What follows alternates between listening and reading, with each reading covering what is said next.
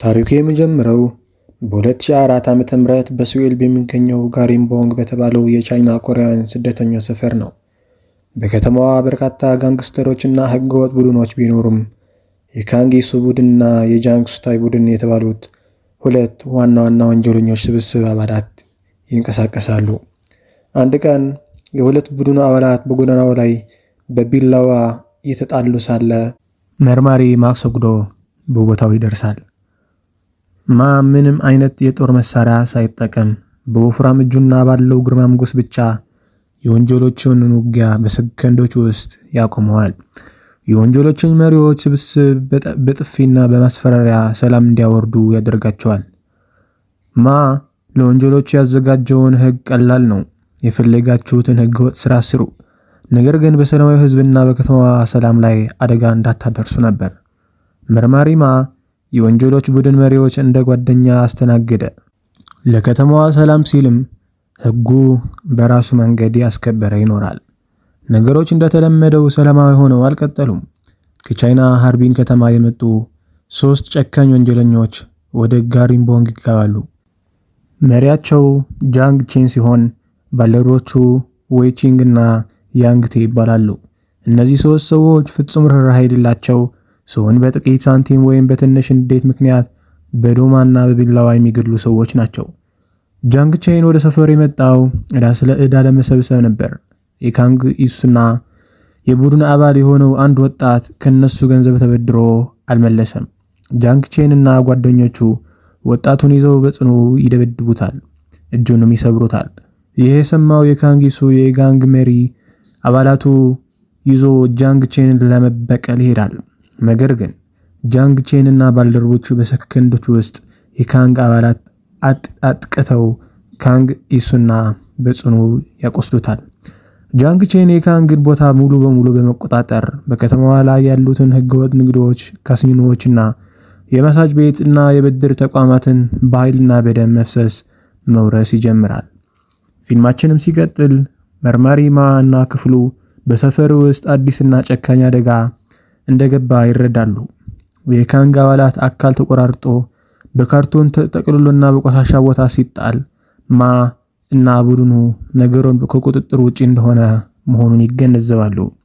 ማ ሶክዶ አካባቢውን በማሰስ ከጃንግ ቼን ወንጀሎች ጋር የተያያዙ ፍንጮችን ለመፈለግ ይጀምራል። እነዚህ መሃል ጃንግ ቼን ሌላኛውን ኃይል የጋንግ መሪ ጃንግ ቼን ሱታይን ለማጥፋት ያቅዳል። ሱታይ የአባቱን ሐዘን በሚወጣበት ጊዜ የልቅሶ ቦታ ላይ ጃንግ ቼን እና ሰዎቹን ያልታሰበ ጥቂት ሰንዝረው ሱታይን ይገድሉታል። አባላቱም ይበታተናሉ። አሁን በጋሪምቦንግ ከተማ የሚገኙ ነባር ጋንግስተሮች በሙሉ በጃንግ ቼን ፍርሃት ውስጥ ይወድቃሉ። ጃንግ ቼን የከተማ ብቸኛውን የወንጀል ንጉስ ለመሆኑ በየቦታው ጥቃት መድረሱን ይገፋበታል። ታሪካችንም ሲቀጥል የፖሊስ አዛዥ በከተማዋ በዛው ወንጀልና ሚዲያዎች በተሰራጩበት ወሬ ምክንያት በማ ሶክዶ ላይ ጫና ያበዛሉ።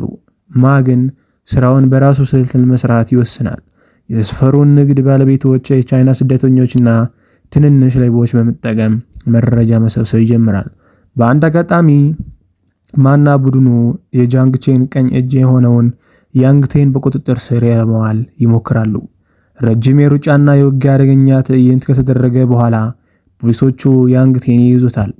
እነሱም ስለ ጃንግ ቼን የተደበቁ መረጃዎችና ዋና የመደበቂያ ቦታዎችን ያገኛሉ።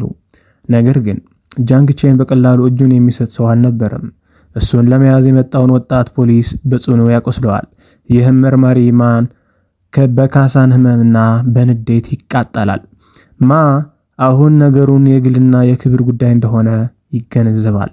ጃንግ ቼን በከተማዋን ትልቅ የወንጀል መረብ ለመቆጣጠር ከአንድ ሀብታም ስራ ፈጣሪ ጋር ትልቅ የገንዘብ ስምምነት ያደርጋል። ነገር ግን ማና ቡድኑ ጃንግ ቼንን በአንድ ጊዜ ለማስቆም ሙሉ የፖሊስ ኃይል ለማሰራት ይወስናሉ። ማ ሶክዶ የሰፈሩን ነዋሪዎችና ነጋዴዎችን አስተባብሮ ሚስጥራዊ ካሜራዎችንና ስልኮችን በመጠቀም የወንጀሎችን እንቅስቃሴ ይከታተላል። ፖሊሶቹ በጥቂት ሰዓታት ውስጥ የጃንግ ቼን አባላት የሚገኙበትን ቦታዎች በሙሉ በመክበብ እጥፍ ድርብ ወጥመድ ዘረጉባቸው።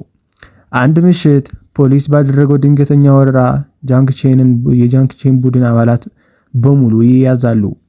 ዌይ ቼንግ በውጊያ ላይ ይወድቃል።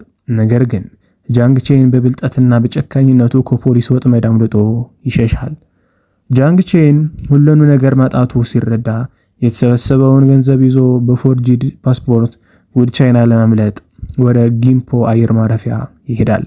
ማክሶዶ የጃንግ ቼን የመጨረሻውን ግብ አየር ማረፊያው እንደሆነ ይገምታል። ማ ብቻውን ወደ አየር ማረፊያውን መጸዳጃ ቤት ገብቶ የጃንግ ቼን ሲዘጋጅ ያገኘዋል። ጃንግ ቼን ቆሞ በማን ሲያይ ብቸኛ ነህ ብሎ በንቀት ይጠይቀዋል። ማሶክዶ በፈገግታ አዎ እኔም ነጠላ ነኝ ያለገባሁ ነኝ በማለት እንደ ቀልድ ይመልስለታል። በዚህ ጊዜ በሁለት መካከል እጅግ ጨካኝና የሞት ሽረት ውጊያ ይጀምራል። ጃንግ ቼን ቢላዋውንና በዙሪያው ያሉትን ነገሮች በመጠቀም ማ ላይ ገዳይ ጥቃት ለማድረስ ይሞክራል። ማሶክዶ ግን ባለው ግዙፍ ጉልበት የቦክስ ችሎታና በጽናት የጃንግ ቼንን ጥቃቶች ይመክታል። የመጸዳጃ ቤቱ መስታወቶችና ቢሮዎች ሙሉ በሙሉ ይበታተናሉ። በመጨረሻም ማሶክዶ የጃንግ ቼንን እጅ ሰብሮ በጽኑ በመደብደብ ወለል ላይ ያስተኛዋል። ካቴናውንም ያጠልቅለታል። ጃንግ ቼንም በቁጥጥር ስር ይውላል። ቡድኑም ሙሉ በሙሉ ይበተናል። በጋሪምቦን ከተማ እንደገና ሰላም ይመለሳል። ፊልሙ የሚያበቃው መርማሪ ማሶክዶ ከባልደረቦቹ ጋር በመሆን የተለመደውን የቻይና ምግብ እየተመገበ እንደገና በሰፈር ውስጥ ሰላምን ለማስጠበቅ ወደ ጎዳና በሚወጣበት ትዕይንት ነው። የዛሬው የነበረ ፊልማችን ይመስላል። ከተመቻችሁ ሰብስክራይብ ማድረግ እንዳይረሳ። ሰላም።